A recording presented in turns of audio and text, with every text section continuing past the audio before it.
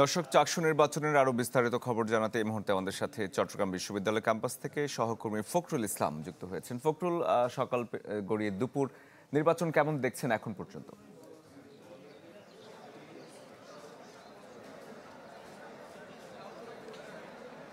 শরীফ, এখন থেকে আধা ঘন্টা আগে চট্টগ্রাম বিশ্ববিদ্যালয় ছাত্রদলের সাধারণ সম্পাদক আব্দুল্লাহ নোমান একটি অভিযোগ করেন।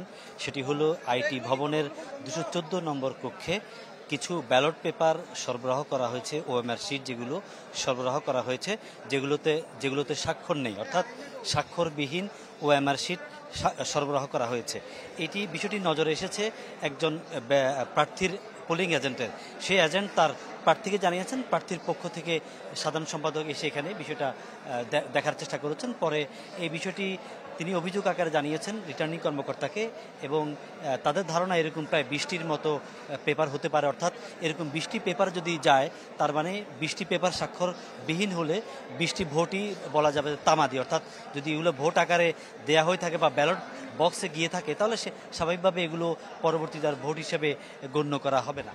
এছাড়া এর আগেই অন্য যে বিষয়গুলো, অভিযোগগুলো, অমোচনীয় কালি ব্যবহার না হওয়া কিংবা ধীরগতি সহ বিভিন্ন অভিযোগ আমরা পেয়েছিলাম এবং সেগুলো আপনাদেরকে জানিয়েছিলাম। তবে এছাড়া আসলে শান্তিপূর্ণভাবে বলা যায় যে নির্বাচন হচ্ছে, উৎসবমুখর পরিবেশে হচ্ছে, এবং দীর্ঘদিন পরে চট্টগ্রাম বিশ্ববিদ্যালয়ের শিক্ষার্থীদের এটি মিলন মেলায় পরিণত হয়েছে বলা যায় চট্টগ্রাম বিশ্ববিদ্যালয় ক্যাম্পাস। তো আসলে 9টার পরিবর্তনে 9:30টায় ভোট শুরু হয়েছিল, সেটি একটি ব্যাখ্যা রয়েছে। কর্তৃপক্ষ বলছে, অর্থাৎ রিটার্নিং কর্মকর্তা বলছেন যে 9টায় প্রক্রিয়া শুরু, কিন্তু ভোট গ্রহণ 9:30টাতেই শুরু হওয়ার কথা ছিল। সেই হিসাবে বিকেল 4টাতেই ভোট গ্রহণ শেষ হবে।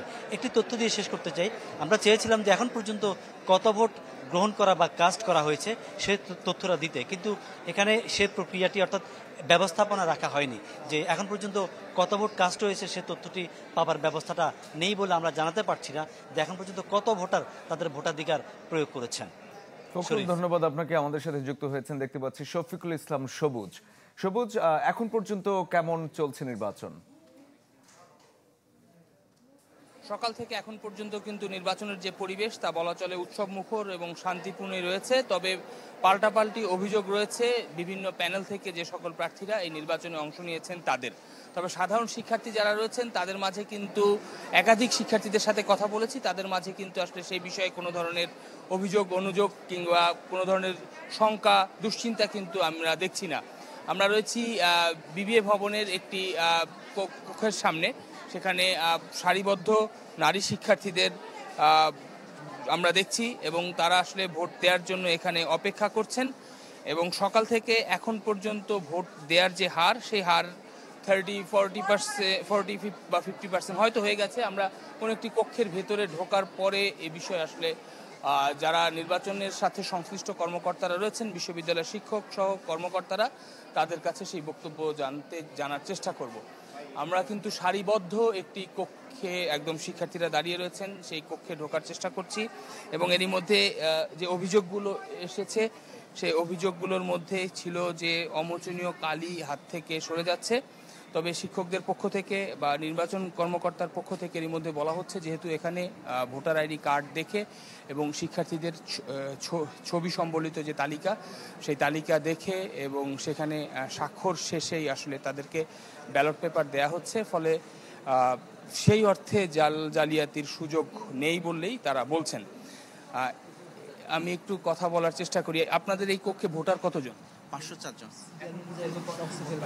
এখন পর্যন্ত 200 উপরে, মানে আমি বলতে পারি 40% কাউন্ট হয়ে গেছে।